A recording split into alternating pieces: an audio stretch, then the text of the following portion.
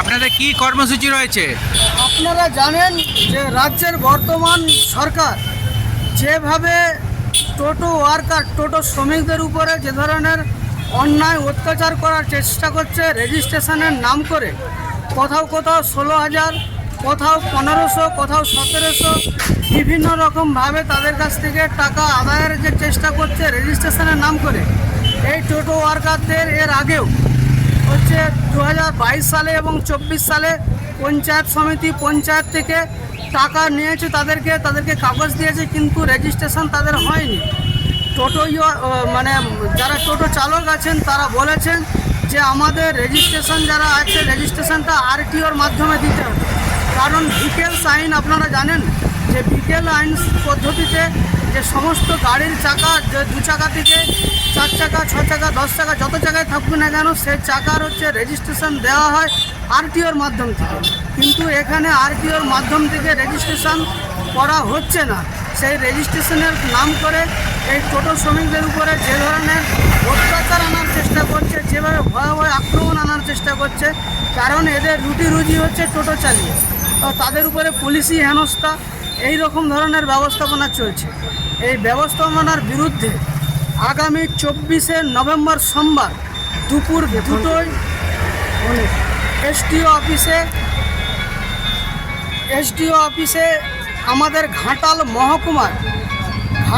মহকুমার যত টোটো চালক আছেন তারা দলমত নির্বিশেষে শ্রমিকদের স্বার্থে, টোটোর স্বার্থে, দলমত নির্বিশেষে টোটোর স্বার্থে এবং টোটোকে বাঁচিয়ে রাখার স্বার্থে। আপনারা জানেন টোটো একটা বান্ধব পরিবহনে পরিণত হয়েছে। যারা পরিবেশ দূষণ করে না এবং তাদের উপরে যে আক্রমণ আনার চেষ্টা করছে, তার বিরুদ্ধেই আগামী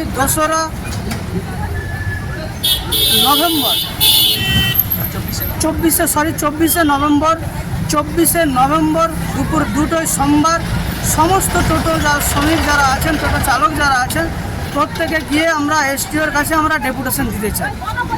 দাবি কি আপনাদের? আমাদের দাবি যেগুলো আছে, একজনেরও টোটো চালকের ই রিক্সা এবং টোটো যেভাবে সরকার বেড়ে দেওয়ার চেষ্টা করছে, তার হেনস্থাতে না কাজ হারায়, কোনো টোটো চালকের যেন কাজ না যায়। এবং আমাদের অবস্থান হচ্ছে এটাই যে টোটো চালকরা যারা হচ্ছে অনেক সময় বলা হচ্ছে মাসে 100 টাকা করে দিতে হবে, তার বিরুদ্ধে আমরা, এবং রেজিস্ট্রেশনটা দিতে হবে আরটিওর মাধ্যম দিয়ে। তাছাড়াও এনারা বলেছেন রাজ্য সড়কের উঠা যাবে না। আপনি ধরুন কেউ হয়তো তিলন্দা থেকে বা হচ্ছে আপনার আজুরিয়া থেকে কেউ অন্নপূর্ণা নার্সিংহোমে কোনো পেশেন্ট নিয়ে যাবেন, তাহলে যদি আজুরিয়া থেকে অন্নপূর্ণা নার্সিংহোমে পেশেন্ট নিয়ে যেতে হয়, তাহলে গৌড়া থেকে অন্নপূর্ণা নার্সিংহোম বা দাসপুর নার্সিংহোম, দাসপুর হসপিটাল, দাসপুর থানা, যেখানে যাক না কেন রাজ্য সড়কে উঠতে হবে।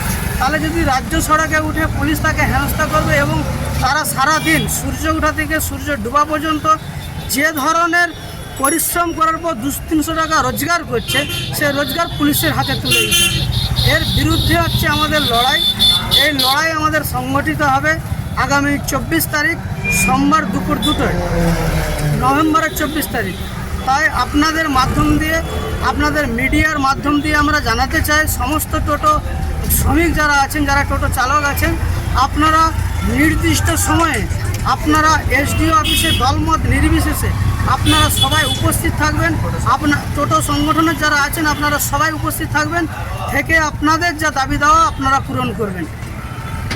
আপনার নাম, পরিচয়? আমার নাম হৃদয় রঞ্জন ঘোড়ে।